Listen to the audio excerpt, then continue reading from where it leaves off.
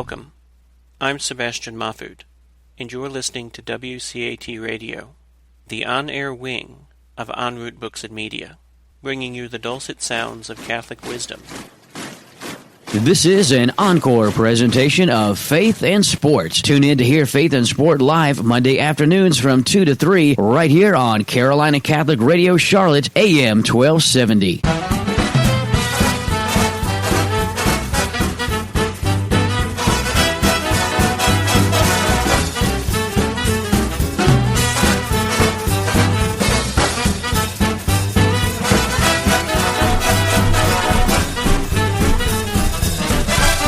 You are listening to 1270 AM Carolina Catholic Radio Charlotte. Also, we're streaming live at carolinacatholicradio.org and on the Carolina Catholic Radio app. And it's that time again, your favorite time of the week, Faith and Sport time. It's Faith and Sport Live coming to you on Carolina Catholic Radio. I'm your co-host and producer, Chris, and as always, your host for each show that we do, Dr. John Acquaviva. And today, we have a special guest. He's usually our special guest host. Today he's calling in via phone line, Mr. Ed Billick.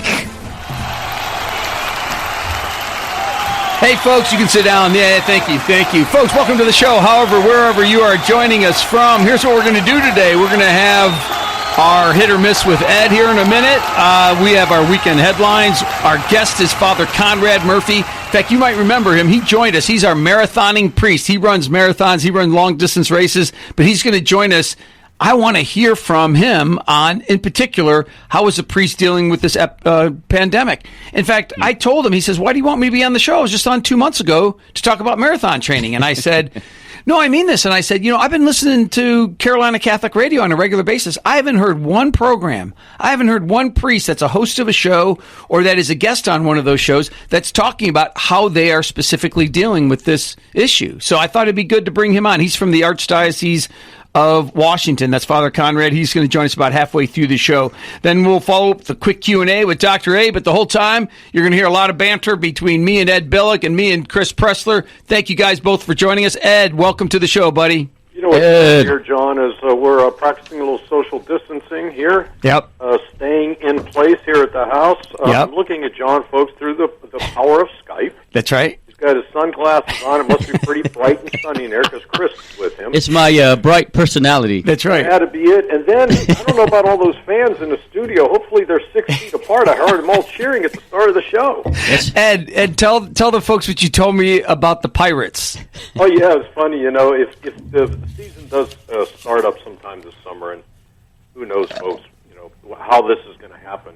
But, I think when Major League Baseball, and I'm making this up, this is a rumor, you're going to have people sit like 2 empty seats between each fan in the stands. And they said for the Pirates, that's not going to be a problem.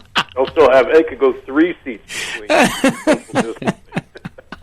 John, welcome to the show. This is great. I like doing this. Oh, yeah. No, I appreciate this, buddy. It's really good to have you here. Folks, you're listening to Faith and Sport. I'm Dr. John Acquaviva. You're listening to Carolina Catholic Radio. We are live every single Monday between 2 and 3. And this is Faith and Sport, where we apply our Catholic faith to all aspects of sports. So whether you are a fan, an athlete, a referee, administrator, or even a parent, in fact, especially a parent, we try to address sport and through the lens of the Catholic Church. So welcome to the show. Everybody is welcome here. Thank you for joining us on this day. Ed, before we get into our hit or miss, a couple weeks ago, you sent me a list of marquees outside of various congregations. Everybody has that marquee, and I think the Protestants are, quote, better at it than the Catholics. And if you see a marquee for a Catholic church, it'll usually give a Bible verse and then when the masses and confession are, right?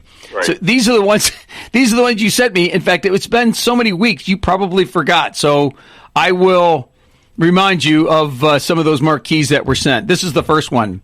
The fact that there's a highway to hell and only a stairway to heaven says a lot about anticipated traffic numbers. A little tougher to get up those stairs, but the highway to hell could be roaring at you. This is from a Lutheran church. God didn't create anything without a purpose, but mosquitoes come close.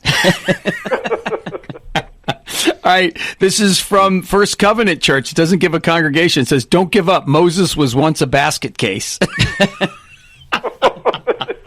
know, it's pretty good. We love these. All right, this is from an Anglican church. Adam and Eve, the first people to not read the Apple terms and conditions. That's classic. That is great. Like, who thinks of these? This is a Baptist church. What happens in Vegas is forgiven here. That'd be a perfect for... No, seriously, that'd be perfect. I can hear Chris laughing in the background. I know. He thinks these are great. He's got a good sense of humor. This is from a Lutheran church. Jesus is coming. Look busy. These are great. We are so entertained by our... People are listening right now going, it's not that funny. This is from a Methodist church. Come and hear our pastor. He's not very good, but he's quick.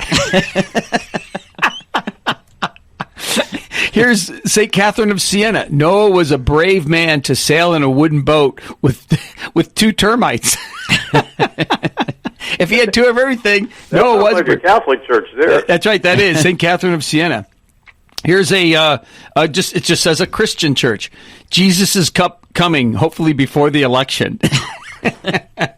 I know. That's so funny. It doesn't matter whether your guy's going to win or not. You're like, I don't want to be put through that again. Like this is paid for by the campaign of Ed Billick and company. St. Joseph the Worker. We are still open between Christmas and Easter. That's good. That's really good. Holy Trinity Catholic Church. Where is this? It doesn't say. Lent is coming. Get your ash in church. That's a little... I know, that's a little edgy for the show, isn't it? But I said ash, folks. We didn't have to edit anything out like last week, right, Chris? Yeah. I'm not going to say anything more about that. This is a Reformed church. Keep using my name in vain. I'll make rush hour longer. God. All right, First Presbyterian Church. Don't criticize your wife's judgment. See whom she married. Oh, I know. That's a good one, Ed. very Yes. good. Ed, you are so awesome for sending us these. Yeah. I'm glad you enjoy them. Cape Coral Community Church. This sounds very much like Florida. It just looks like Florida with the palm trees. Now is a good time to visit our pastor. No, now is a good time to visit. Our pastor's on vacation. But I'm going to end with one that wasn't on this list, Ed. This is the one I saw the other day. Referring to the current situation, I had not planned on giving up this much for Lent. And we all have. We all have. Are those great or what? Like, who are the people that think of that? They should be like writers for some comedic show or something. So let me ask you, buddy, before we get into our hit or miss, we're talking with Ed Billick. We got Chris Pressler, our producer in studio. You're listening to Faith and Sport here on Carolina Catholic Radio. I'm Dr. John Acquaviva, the host. Ed, last time you were here was about a month ago. You join us the first Monday of every month. But a lot has changed. You were in studio with us now. We have some social distance here. But what about this? I know this is a really open-ended question, but what about this current situation are you most surprised at? Are you most disappointed in? Like, what has struck you the strongest or the most here, say, just in the last couple of weeks? You know, you think about in my age, the experiences I went through as a child, the Kennedy assassination. Yeah. How old were you, by the way, when that happened? 10 years old. Got it. And then, of course, you had the rest of the Vietnam War, 9/11, which was a scary, scary day for a lot of us. Yep. Financial crisis in 2008, that was like, what's going on here? It affected some, it didn't affect all. But like a lot of people in talking, this affects everybody. That's right. Now and later, and how much later? You know, will there be a second wave of this? That's all the health concerns. You know, a lot of people wearing masks now. That's right. The world's cleaner than it's ever been in the United States. That's right. Everything's being scrubbed down. That's right. Or whether it's churches or sports, which we're Faith and Sport here and talk a lot about that, but small businesses, big businesses, airlines, it just goes on and on. Golf caddies, people that make their living off of serving others. That's right. We were even talking about the church and Sunday collections. If you're not on direct deposit, you deserve your parish a favor to do direct deposit to your checking account, because you know, Jackie and I still throw the check in the basket. Well, the basket hasn't gone around for 4 weeks now. That's right.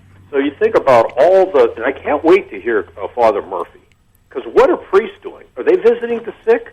They're not baptizing. Yeah. Yeah, they're preaching via YouTube and Zoom and some other things. That's right. So it impacts everybody. I was saying the Hollywood stars. You don't hear much about them. Well, what's their future look like? Who's going to come listen to their music or watch their movies when you're not making?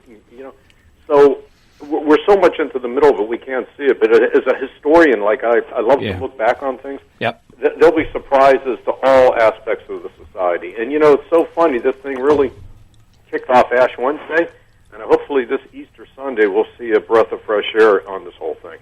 Yeah, you make a good point, brother, and this is a good way to have our listeners, not that they're not clued in. In fact, our listeners are probably as well-read and as educated as a listening audience gets.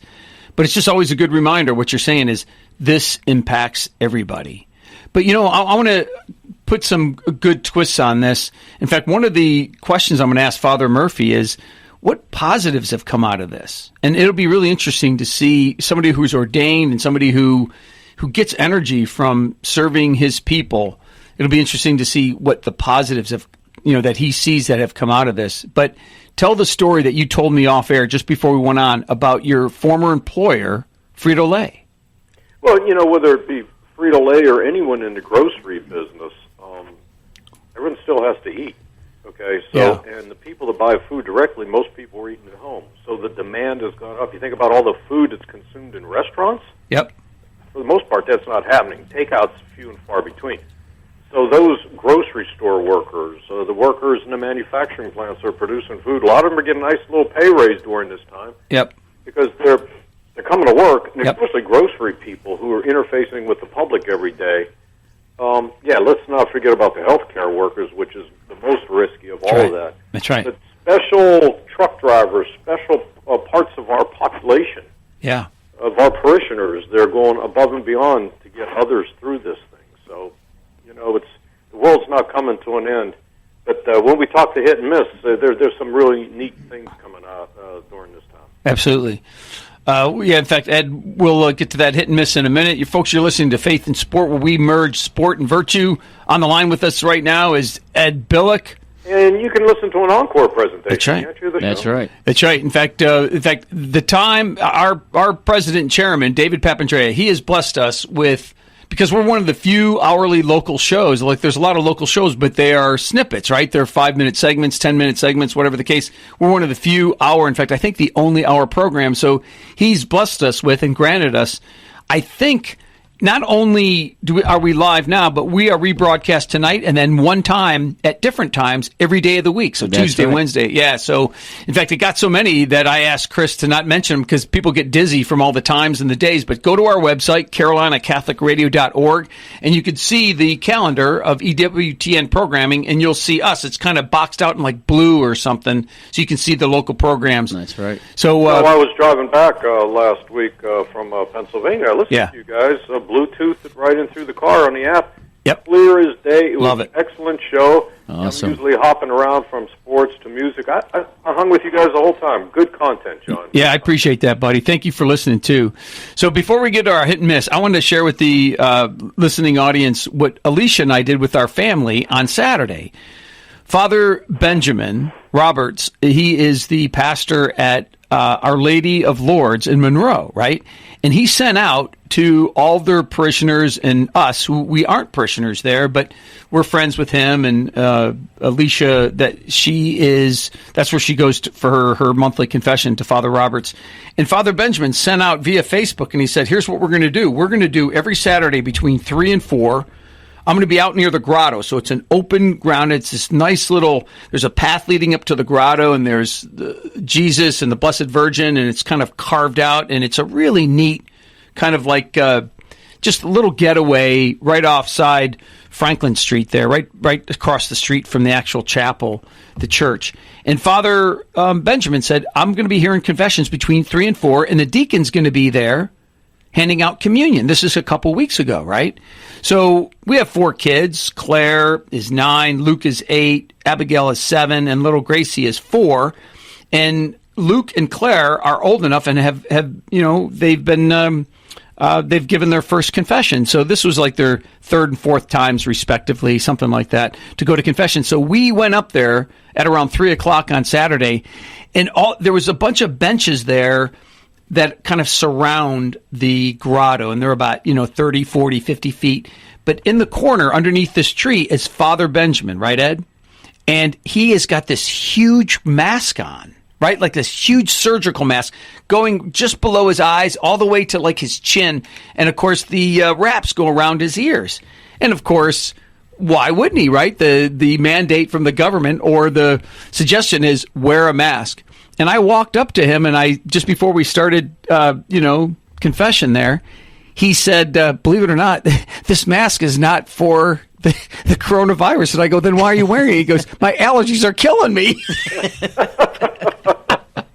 That's a true story. And I just laughed. I said, you're serious? He goes, John, I've been out here for 10 hours over the past couple of weeks, and my allergies, they can't keep up with all these allergens, right? Have you seen your car, right, Ed? I mean, Everybody's seen their car. I washed my car for the first time in a 2-week period in probably 2 years. I'm not kidding. I washed it a couple weeks ago, and over the weekend, I was so bored, and there was so much pollen. I was like, I have to wash it. But that's what he said. I mean, how many priests? Because he was so far away from everybody, he wasn't going to catch anything, right? And he goes, this is not for the coronavirus. This is for allergies. So there you go. Good turnout, John? There was a lot of people there, brother.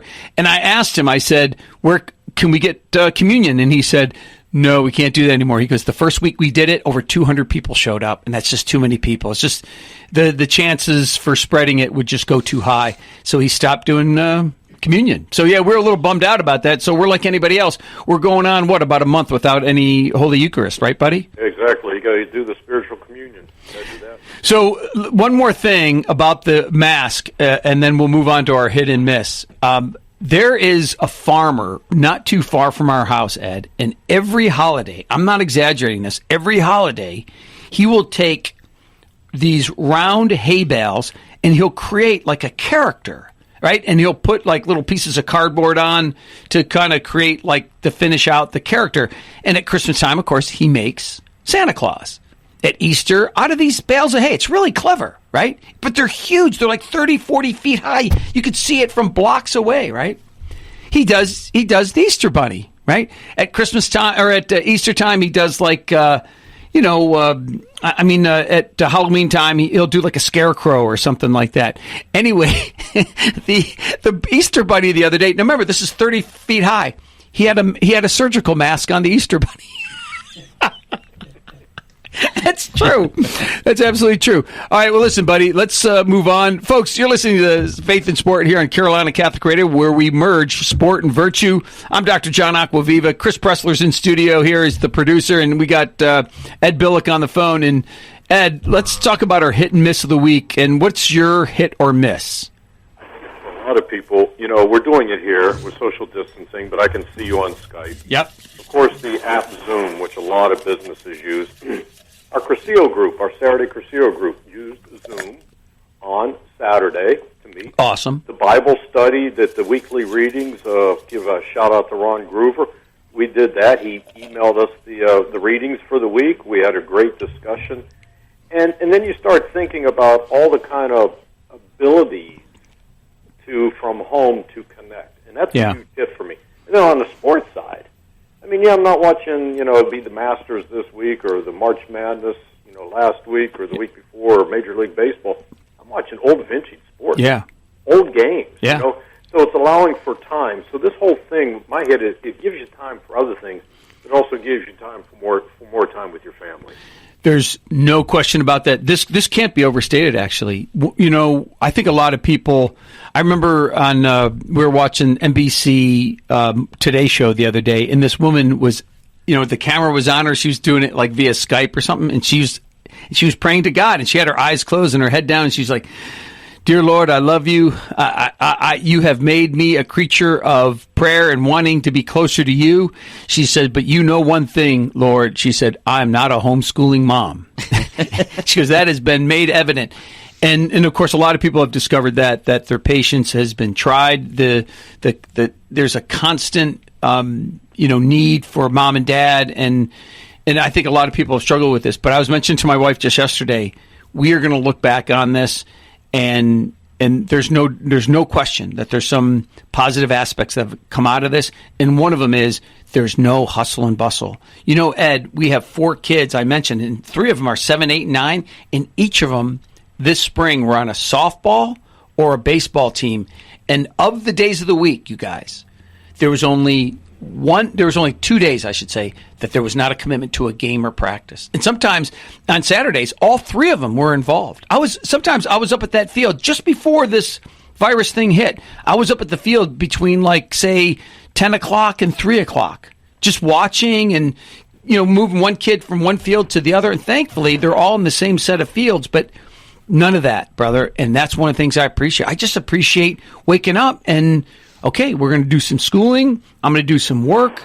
But there's not this craziness of the everyday life. And I think people, they think they miss that. But ultimately, I think when they get back to it, I think they're going to miss these times. Lessons learned in years from now, this taught us to slow down a little bit. That's right. A lot.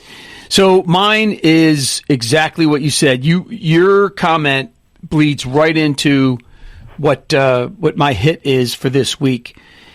Last week I was jogging, and I was doing my little run, and I have all these different, like any jogger, you have these different paths, and you have these different areas that you go to. But about once a week, I jog by this softball field that is right beside Matthews Elementary, and it was the neatest sight. There was mom and dad were out there, and they had 3 daughters, and the daughters were stepping stones. They're probably like 6, 8, and 10 or something like that. And they were having a mini game. And the dad or mom was the pitcher. The other 2 gals were out with the other parent in the field, and one person was hitting. And every time they hit, they would run around the bases and go as far as they could. And they would just go back and hit like 5 times. And I saw this, and I thought, this is purely, I could be wrong here, Ed, but I thought this was purely a coronavirus thing. In other words, would I have seen them out there? Would they have done this without the coronavirus? They genuinely look like they're enjoying it. They generally look like they're enjoying each other. And, of course, that's exactly what God intended. It's family time. It is family time. I thought it was awesome. It was a great sight. And I'm not overly emotional, but I just thought, I wanted to almost stop and congratulate them, but they probably would have looked at me like, you're weird, right? What are you doing? But I thought that was a really neat sight, and it was really neat to experience that, and then just to share it with you folks, because it's not only something I witnessed, but a point of encouragement. And that's one thing that we've done. We've played with our kids more games and more sports in this last month than we probably had combined in the last 6. And we play with our kids a lot. I'm sure you listeners here on Carolina Catholic Radio could call in with stories just like John shared. That's right. I'm sure there's many, many examples. Switch gears just a little bit. There is this comedian, and he does these series called Pittsburgh Dad. And, he's doing homeschooling. Pittsburgh Dad, and so I just was watching it this morning, and he was teaching all his kids all the famous dates in Pittsburgh sports history. There you go. Quizzing them, and they had to do a true-false immaculate reception, home run, when they beat Manny Cueto in 2013. So, I made a lot of fun with that stuff, but true family time, that's a good hit. Yeah, very good. I appreciate that, buddy. Folks, you're listening to Faith in Sport. I'm Dr. John Acquaviva. We're being joined by Ed Billick from his home. He's doing the true social distancing thing. Chris and I are practicing social distance as well. Chris, I would say that you and I are about 7 feet apart, right? So we have, we're social distancing plus one. We're one. Well, you got that bulletproof glass between. That's right. That's right, folks. Faith in Sport, where we merge sport and virtue. So let's do this, Chris. We just did our hit and miss with Ed Billick. Let's switch on to the weekend headlines and talk about what's going on in the world of sport. Okay. Here we go.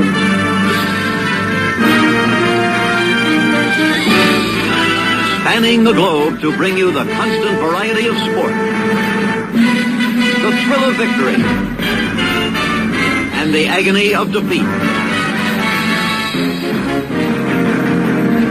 the human drama of athletic competition. It's time now for Weekend Headlines with Dr. John Acquaviva on Faith and Sport. It's interesting because a friend of the show, former guest of the show, and seminarian Charlie Wilkinson, who joined us late summer, something like that, a few months ago. Him and I were talking the other day, Ed, and he said, "What on earth are you guys talking about on that show? There haven't been sports for weeks, but stuff just keeps popping up." Here's what's going on in Weekend Headlines. The NCAA granted all spring sport athletes another year of eligibility. I'm going to give a little more commentary on that during the quick Q&A with Dr. A, but that was a big deal. For anybody who's a senior especially wants to return for their senior year, they're going to have that opportunity to do that. National NCAA basketball, the final game was scheduled to be tonight. And talk about schedule, Ed and I were talking about this off air. Thursday, the Masters was supposed to start. Now, Ed, is it possible they'll do the Masters in the fall? I don't think so. Yeah, so they'll probably just cancel and then conflicts with other tournaments, and the azaleas won't be coming out. That's right. That's right. And that's part of their tradition, right? It's a certain time of year. The NBA Hall of Fame, 9 people were inducted over the weekend. The 3 big names were Kobe Bryant, Kevin Garnett, and Tim Duncan. And Ed, you mentioned, why is this somewhat coincidental? Well, it was funny too. To my hit, I watched the Spurs and Nets championship game from 2013. David Robinson was on that team. Yep. It's just so funny when David Robinson went into the Hall of Fame. He went in with Michael Jordan. Yeah. So Tim goes in with Kobe Bryant. That's right. That means, whoever's going in, they all get equal airtime, equal presence.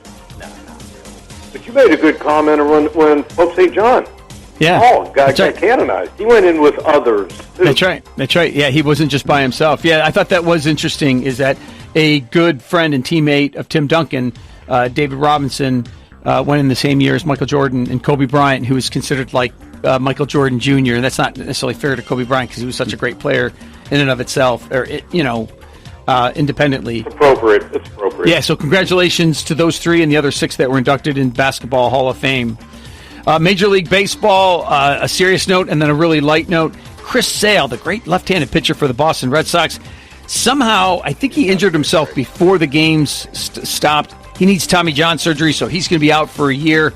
The Boston Red Sox chance of winning without a guy like that are very slim at this point. But on a positive note and a lighter note, the groundskeepers for almost every major league club, especially, or for the ones that have grass, I should say, are reporting greener grass than they've ever seen, Ed. And this is true, right? First of all, there's nobody on there. It was a light winter, and there's been a good combination of rain and sun. And what was the other reason you mentioned off air? Well, you take a look at the sky. The skies don't have much pollution. There's no jet traffic, no cars. Right. The air is cleaner. That's right. And so the grass is just growing. And in fact, they're probably like, you know what? I hope the groundskeepers are probably thinking, you know what? It wouldn't ruin my day if they never played again. Because look at this field. How nice this looks. The basketball courts are cleaner. They're not getting dirty. That's right. That's right. Those guys are keeping clean too. In the NFL. Pro day cancellations are forcing scouts to go old school. So, right, I think the draft is coming up in the next 10 days, right? April 23rd. Yeah. So it's going to be later on this month. I was a little off on the date there. And one of the things they do, of course, they have these pro days and they have these combines where they can see the athletes up close and they do these, a bunch of tests on them. And so they're going old school. When I say old school, not really old, but they're doing a couple things. One, athletes are sending in their workout videos, and they're asking and they're showing them how they do certain agility runs and agility tests and so forth. And the other thing is coaches are simply watching game film from when they were in college. And that's what they used to do just 20 years ago before, right, these pro days and so forth. So the NFL is still moving along there, and I'll be kind of surprised and maybe even a little disappointed if they don't go through the NFL draft. There's a way to do social distancing with Zoom, with Skype, with all these different forms of technology. There's no reason to sidestep. Do you agree with that, Ed? There's no reason to do you see any reason why they shouldn't have the draft? Not at all. Yeah, so we'll see. And Ed, on a really sad note, Wimbledon, the great tennis tournament, is canceled for the first time since World War II. That's an amazing stat in itself, right? It's usually held at the end of June, and the finals usually held right around July 4th. Yep. And it's always synchronized with the 4th of July to me. I remember when I was in college going to my parents' house for a barbecue, and as we were walking out the door, Ed, I was watching, and this is really going to age me, but I was watching at Wimbledon the final, Jimmy Connors versus John McEnroe. I'll never forget that. That's just one of those vivid memories. I was walking out the door, and my brother was like, come on, we got to go to Mom's for the barbecue. I was like, oh, man, this is such a great match. And it was Wimbledon, and it was mid-1980s, and Jimmy Connors and John McEnroe. And people are listening right now going, dude, you are old. That was a long time ago. Well, I tell you what, John, let's just one final question here for you. I know it's not the Q&A, but what will be the first sport to reappear? Oh, that's a good question, Ed. I wish you would have said that off air so I could have time to think about it. Well, you don't have to answer it now. We can talk about it later. But you know what it will be? It will be just because of the calendar. It'll be baseball. Because like, for instance, I asked Rob Egan, the general manager of the Knights, our guest from last week, and I said, my guess is August 1st. And he said, I'm an optimist, John. We're shooting for June 1st. And he says, I think it's quite possible we'll come back June 1st. So, Ed, stay right where you are, buddy. We're going to go for a break. And to Ed's encouragement, folks, if there's something like, what is your hit? What is something that has come out of this, especially regarding the world of sport, that you can share with us? So do one of a couple things. Tweet me at j.acquaviva1, that's the number 1, j.acquaviva, that's my Twitter account. Or you can email me at faithandsport@wingate.edu. And Faith and Sport is Faith, A-N-D, and Faith and Sport at wingate.edu. I want to hear about your hit in particular. I'd love to hear about a hit that's involved in the world of sport. Like, how has this changed you for the better regarding the world of sport? Folks, stay with us. Right after the break, we have Fr Conrad Murphy. In fact, one of the things I'm going to ask him about, he's our marathon running priest guest that appeared on the show for the first time a couple months ago. He's a podcaster, but I'm going to ask him in particular, what are some of the curveballs that have thrown at him because of this pandemic? And in particular, I'm going to ask him about what are some of the advantages, what are some of the good things that have come out of this. Thank you for joining Faith and Sport here on Carolina Catholic Radio, where we merge sport and virtue. Chris, let's go to a break. When we come back from the break, we'll have Fr Conrad Murphy on the line. Okay, and you are listening to Faith and Sport here on 1270 AM, Carolina Catholic Radio Charlotte. We're also streaming live at carolinacatholicradio.org and on the Carolina Catholic Radio app. And we've got more Faith and Sport live coming up after the break. And just a reminder, if you miss any of Faith and Sport, you can catch up on your Faith and Sport by tuning in at any one of the encore presentation times throughout the week on Carolina Catholic Radio. Just go to our website, carolinacatholicradio.org, or check us out on the Carolina Catholic Radio Network app. And you can look up the program guide on there and see all of our encore presentation times all throughout the week to hear Faith and Sport. We've got more Faith and Sport live coming up right after this break, so stay tuned and don't go away. Check out the new Carolina Catholic Radio mobile app with prayers, learning, news, and more. Be sure to download it today.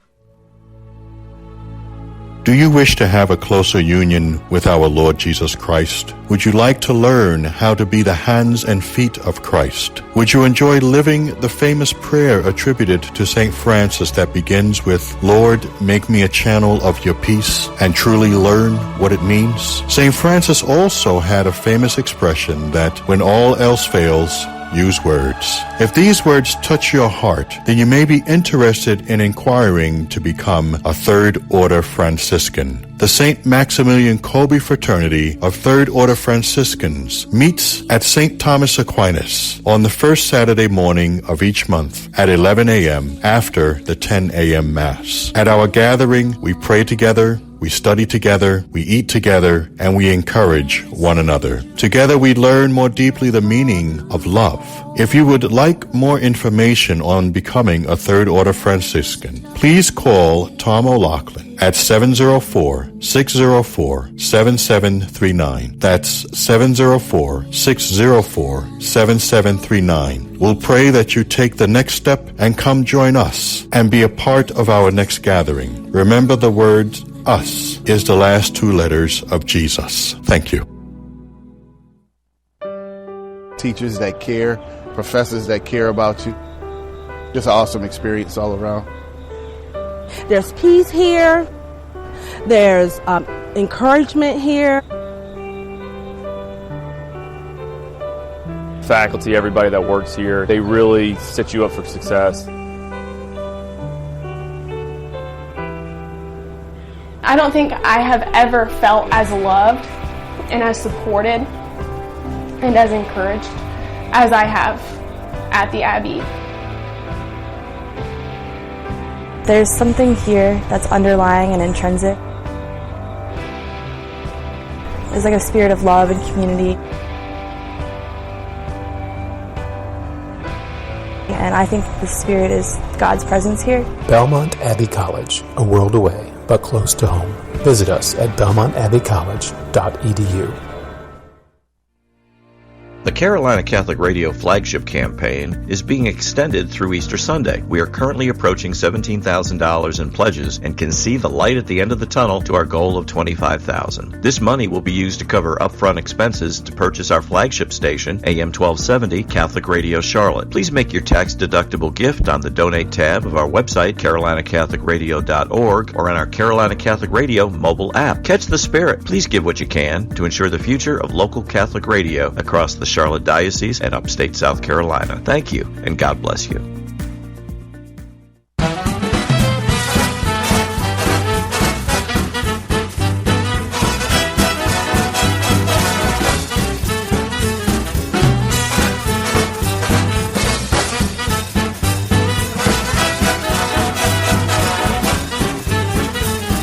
And we are back here with more Faith and Sport live on Carolina Catholic Radio, 1270 AM Charlotte. We're also streaming live at carolinacatholicradio.org and on the Carolina Catholic Radio app. And, of course, your host for today's show, Dr. John Acquaviva. Hey, folks, welcome back to the show, Faith and Sport. We apply our Catholic faith to all aspects of sports. So whether you're a parent, an athlete, whether you're administrator, referee, coach, the show's for you. We weave character, morality, and ethics right into our conversation on a regular basis. That's right. I'm glad all those fans here, they've got their masks on. They do have their masks on. In fact, I'm going to share that story with our next guest here, Father Conrad, about confession the other day. Let's bring him on right now. He is Father Conrad. He is from the Archdiocese of Washington. You're going to have to check him out on his podcast. We're going to talk about this toward the end of his appearance here. It's called Catholic Bites. Let's bring him on right now. Father Conrad Murphy, welcome back to the show. Oh, thanks for having me, John. This is great. Now, Father, you're going to appreciate this. The other day, Alicia and I and the family went down to our parish in Monroe, which is not too far from here. And Father Benjamin is near the grotto, so it's outside confession, right? He's kind of keeping the social distance thing going on, and there's a bunch of benches in front of this grotto, and these benches are good 10, 20 feet apart, so everybody's sitting on the benches, and everybody's just kind of being generous, like, okay, you can go next, and Father is in the corner next to this, remember this is outside, right? And he is underneath this tree, and he's got this huge mask on, right? And it's barely above his eyes or below his eyes, and then it goes and it covers like a half of his chin. And I walk up to him, and before I start confession, I said, nice mask. And he says, you know what? This isn't for the pandemic at all. He says, my allergies are so bad, I have to wear this mask. He was dead serious, though. He didn't even laugh. He goes, I'm dead serious. He goes, I've been outside so long. These allergies are killing me. So, Father Conrad, let's get right into it. You know, I mentioned this to you off air, Father, and I said, you know, listening to Carolina Catholic Radio and EWTN Radio and so forth, I've heard a lot of priests' voice. I heard a lot of them call in. A lot of them host these shows on EWTN and other Catholic radio stations. And I have heard none of them speak kind of like formally or officially on how they are dealing with this current situation. For you, a priest who says Mass, who administers the sacraments, what's been particularly tough for you?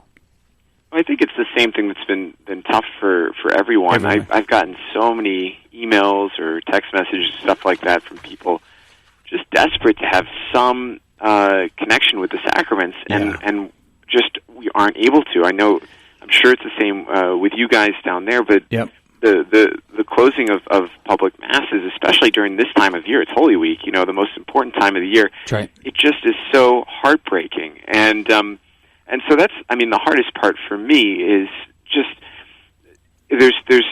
we've continued, you know, the little ministry that I can do. I can continue online and, you know, video conferencing and things like that, but it is just not the same. No. And especially not celebrating Mass with a congregation is very difficult. Now, with my position over the last couple of years, I've had to celebrate a lot of private Masses. Sure. So I'm kind of used to it. I had one pastor call me a couple of days ago and said, this is the first time in 34 years that I've celebrated Sunday Mass without a congregation. And I said, well, welcome to the club. I've been doing it for 3 years now. But it's hard. It's hard. There's something almost wrong about it in the sense that, like, we're meant to pray the Mass together. We're meant to have this experience with Jesus Christ together. And it's just killer to have to not, you know, it's so heartbreaking to not being able to give that to the faithful. Folks, we're speaking here on Faith and Sport with Father Conrad Murphy from the Archdiocese of Washington. Father, is it correct to say that canon law states that a priest should say Mass daily? No, actually, canon law. So I'm not an expert in canon law, so I'll put it that way. But yes. Priests do not have an obligation to say Mass daily. We get to say Mass daily, Got it. but we're not required to. The only thing that we're required to do daily is to pray the Liturgy of the Hours. Now, I mean, it'd be crazy not to say Mass. You want to spend time with with our Lord. This is a very intimate way, and so I do say Mass daily, and most priests I know do. But it's not a requirement for us. But the thing that I think is helpful for us to understand during this time is, sometimes our view of Mass is just a little bit off. Like, when you go to Mass, you go in order to get something. Either, to get a good word in the homily, or, of course, to receive our Lord in the Blessed Sacrament. And we always joke that the time that people come most to Mass is when they get ashes or they get palms. But, there can be this understanding that, the priest gives me something, and I then take that and leave. And when in reality, Mass is not that. Mass is primarily all of us together, praying together, offering ourselves to the Father. And the priest is there to kind of channel that prayer, to be the, if we're using a sports analogy, to be like the pitcher on a baseball team who kind of channels the defense of the entire organization together into kind of one thing. So, or better analogy would probably be a quarterback on a football team. We're all supposed to be there. The priest says during the Mass, lift up your hearts. We're all there offering ourselves to the Lord, and then through that process, He gives us Himself. And so, for me, when it's hard to do it when there's not people there, because you don't have that tangible reminder that I am saying Mass on behalf of, Susie over there and Jim over there and that family over there, and I'm offering my their sacrifice to the Father as well as mine. But that still continues. Priests, we're very deliberately continuing to say private Masses, and still offering up on behalf of the people we're privileged to serve their sacrifices and offerings to the Father. And that's no less efficacious just because they can't be there. It's just harder for us to kind of enter into in a real way. Absolutely. Father Conrad Murphy, it's been a challenge for sure, right? You've mentioned some of the challenges. I'm wondering, though, if they're out of this, there's been a particular advantage or unique positive experience that you've been a part of since this outbreak. I'd say, John, I think the thing that has been most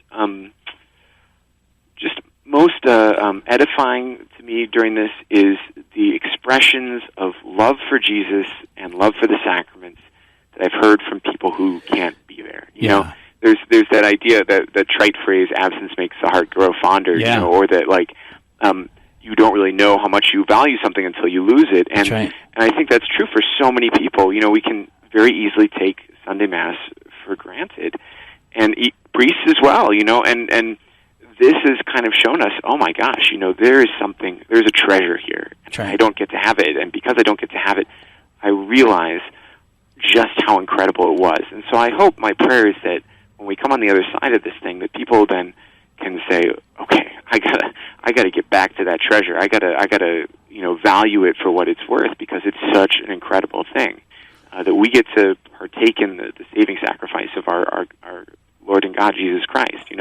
There's nothing else like it. Folks, we're talking to Father Conrad Murphy from the Archdiocese of Washington. You're listening to Faith and Sport here on Carolina Catholic Radio.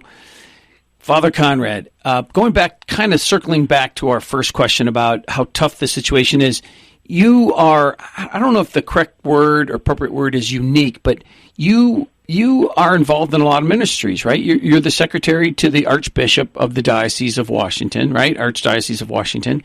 But also, you have a lot of ministries. Tell us about some of those, and in particular, this will make more sense to the listener, and how kind of thirsty you are to get back to these ministries. Because I know that probably compared to the average priest, you're involved in a lot more stuff. Just list some of those things off that you do on a regular basis. I mean, it's. I don't know. First and foremost, I'm a priest, and I thank God for that. And in that, because I have a more unique position, I don't have a parish where I'm assigned to regularly. I get to kind of help out all over the place. And in particular, I live in downtown Washington, D.C., so I get the opportunity to serve, especially the young adult community in downtown D.C. I help out a lot at my alma mater, George Washington University, in their Newman Center, which is just such a joy and such an incredible place.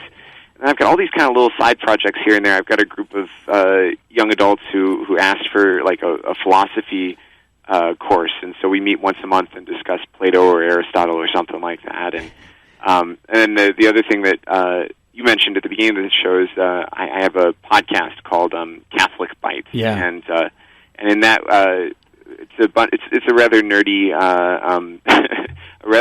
Catholic podcast where we kind of me and a couple guests will kind of chat about different aspects of the faith and kind of in a more nerdy way, but which is just because that's what we are, and get to kind of share the good news in that medium as well. Sure. And then I get to help out in different parishes and things like that all over the diocese. One of the benefits of where I've been for the last couple of years is that you get to really get to know how the breadth of a particular church and all the different people and cultures and experiences, that from all over the place. It's really a great joy. So tell me this, and this is a segue from what you just said. Okay, so a lot of these ministries, you're doing all those things, and thank you so much for doing that. And I know all those parishioners and those folks involved in your life, especially the ones that receive any type of sacrament from you or through you, are appreciative of that. But when I introduced you and I mentioned you in the beginning of the show, even before the break, I mentioned that you are a marathoner priest, right? You've run a few marathons, you've done some long distance training and so forth. What impact has this had on your fitness level and in particular your training? Is this giving you more time and you're in better shape than you've ever been, or has this kind of drained you of some, physical and spiritual energy and you're like, I don't want to get out there? Like, what are you doing are you in better shape or worse shape since this began? I'm in better shape. I think part of that's because of Lenten fasting, but also and I had a stomach bug a couple weeks ago, and that helped as well. But it's one of those things where when you're kind of cooped up inside, you want to get outside. That's right. So I've found that like I take every opportunity I can to either go for a walk in the evening or get out and run, and so I've been running just as much as I have before, obviously trying to keep more of a distance. And I frequent, like this morning I went for a run on a trail that I knew would have like very, very few people on it.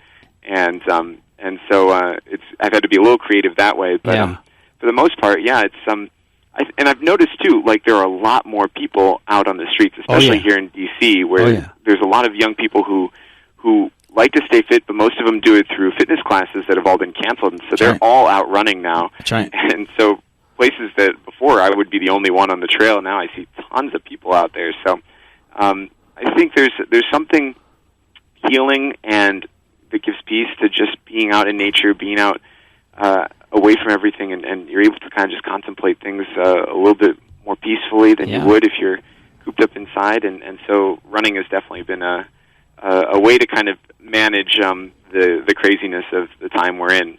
That's awesome. Now, let me ask you, is there something in the fall that you're shooting for? Is there a half marathon or a marathon? Like, what's the next race that feasibly you could be a part of? Because if it was something like, say, in June or July, it might very well have been canceled or will be canceled. Is there anything in the fall that you're shooting for? I don't have anything specific now. I'd love to... I just finished a marathon in February before this all started, and I don't have a race right now. I always like to be training for something that gives you kind of that drive that okay, I got to get out there and put in the miles, and it gives you a goal to try and reach. But right now, I mean, it's so up in the air. Who knows when things are going to be back to normal? I had my little sister who's a faster marathoner than I am. She was supposed to run a race this week, and it was canceled. So it's just kind of seeing where we're at, and hopefully I'm hoping to get. I'd love to do another marathon next winter or next fall, but it really is. It just depends on where we're at in July, where we're at in June, and how much you can actually plan on anything right now. Absolutely. And before we go, you mentioned, and I mentioned, that you have a podcast called Catholic Bites. If people want to listen to this, by the way, I appreciate that you called it nerdy, because on 2 different shows you had me as the guest. And when you say nerdy, I sense that I was elevated to some form of like an academic. So I appreciate that, you calling it a nerdy podcast. So tell the folks how they can get in touch with this podcast and listen to it on a regular basis. Yeah, that's right, John. You were on, and I think you elevated us out of our absolute abject nerdiness into something a little bit better. But yeah, it's a group of priest friends usually, or other kind of. We've done lots of different guests on just talking about the faith, particular aspects of the faith that people are really excited about and interested in, and usually that leads to them kind of nerding out a little bit. The podcast is Catholic Bites. Bites is spelled with a Y. Yep. And it's at CatholicBitesPodcast.com, or you can find us on Apple Podcasts if you search for Catholic Bites, or even if you search for Catholic, it's one of the top things that come up. And usually it comes out 2 or 3 times a week, and we have one series which I do just by myself, which is the history of all the popes. So every week we have a different pope, and that comes out on Tuesdays. And then on Wednesdays we have just a random nerdy Catholic talk. So we just did 2 recently with a campus minister talking about praying at home and praying in this kind of challenging circumstances. And last week we had Father Kirby, who's your pastor down there in South Carolina. He was on talking about the Beatitudes and finding true joy even in the midst of all sorts of difficulties life can throw at us. So yeah, if anyone wants to check it out, hopefully don't get too turned off by the nerdiness. It's a lot of fun. It's a great little outlet for me too. Well, no, I thank you for doing that. And again, folks, that's Catholic. The address again is CatholicBitesPodcast.com.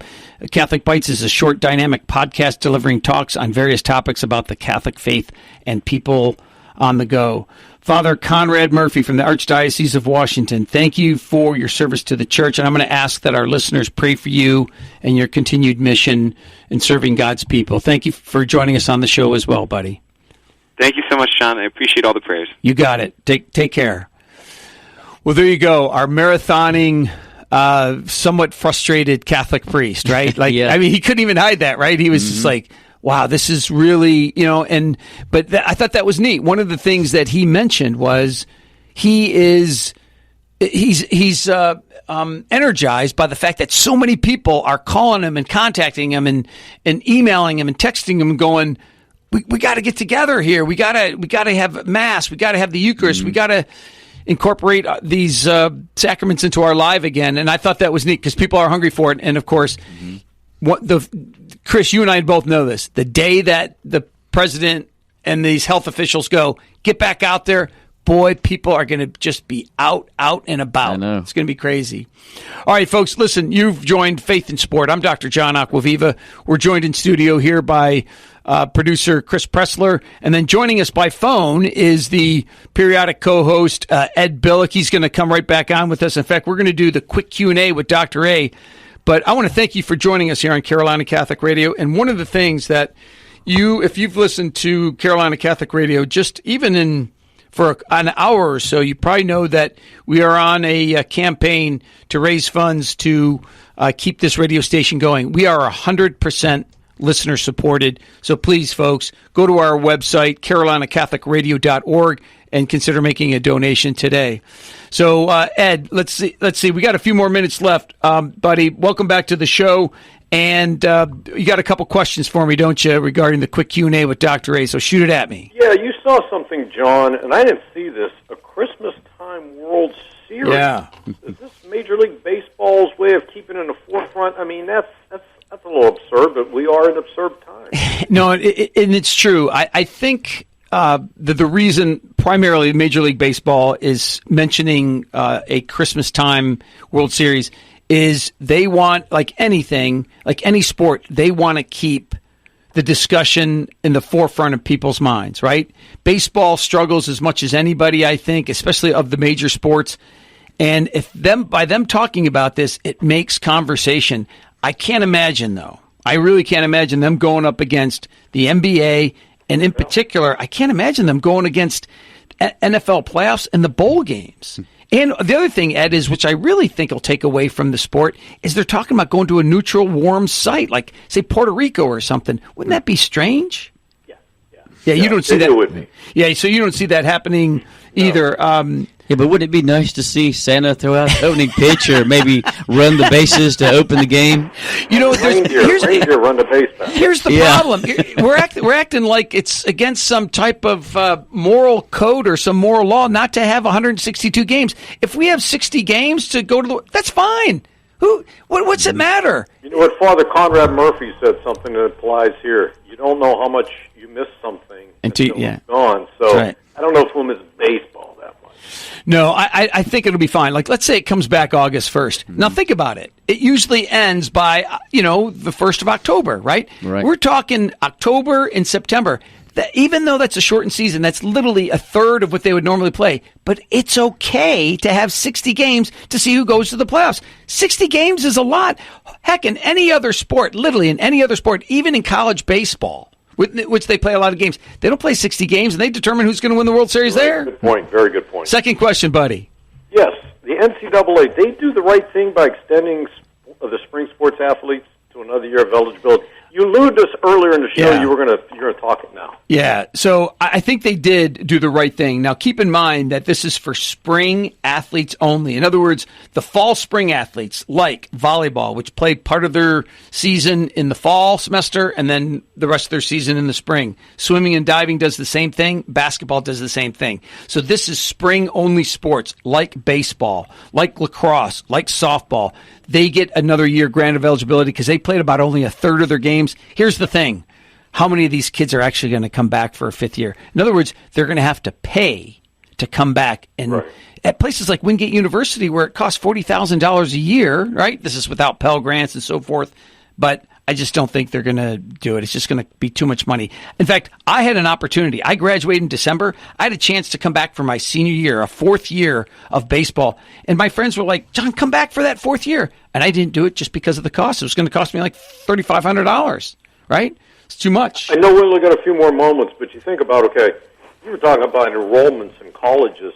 How many people are going to go? I mean, do you have a lot of money hanging around after this? No, you're going to go see an NBA game or an NFL game? Yeah. I mean, people's spending habits will change drastically for the next year. Easily, if not longer. No, you're right, buddy. There's no question about it, and I think that this is going to have a direct impact on that. The NCAA was right in doing that, giving them the option, but I think it'll be interesting to even see a statistic. My guess is about 1 out of every 50 kids will come back. Now, remember, people who are juniors are going to come back for their senior year naturally, but what they're talking about is people that are seniors, graduate in May, and they'll have to come back, and, of course, you got to be in school. You got to start a graduate program or something. All right, that's all we have time for today, folks. Is that all? We're done? I know. Can you believe that, buddy? This content of this show, and it's an encore. We can listen to it again, right? That's right. Again and again and again. Folks, a quote from Pope Francis. Fans out there of Faith in Sport can have their fill of faith in sport, and people like John that like to just hear their voice can hear his voice anytime he wants to. All right, that's enough out of you, Buster. As Pope Francis said, the beauty and joy found in sports, whether playing or watching, is something that benefits and unites everyone, regardless of religion, ethnic group, nationality, or disability. God bless you, Pope Francis, for acknowledging sport and how important it is in our culture. Before we go, Ed, I want to say special thank you, buddy, for joining us today. It makes the show, just flow along really well. Yeah, I just missed Ed bringing the chips when he's here in the studio. Next time he comes, buddy. Next time he comes, I think he'll chip us out. They'll make more for us. They will. That's right. And they're paid well to do it, aren't they, buddy? Also, I want to thank Father Conrad Murphy from the Archdiocese of Washington for joining us. I'm Dr. John Acquaviva. For Ed Billick, for Chris Pressler, join us next time here on Carolina Catholic Radio for more Faith in Sport.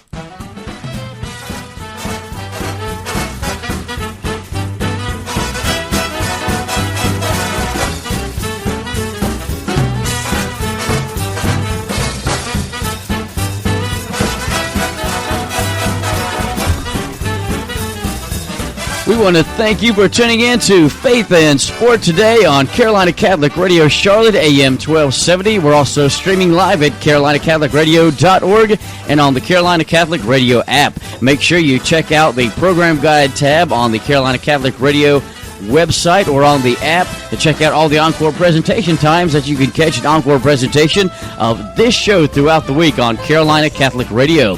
And until next time, we'll meet you back here next Monday from 2 to 3 for more Faith and Sport live on Carolina Catholic Radio, AM 1270.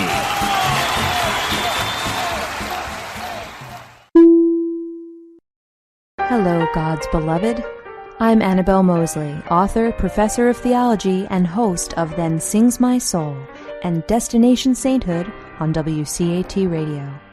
I invite you to listen in and find inspiration along this sacred journey we're traveling together to make our lives a masterpiece and, with God's grace, become saints. Join me, Annabelle Mosley, for Then Sings My Soul and Destination Sainthood on WCAT Radio. God bless you. Remember, you're never alone. God is always with you.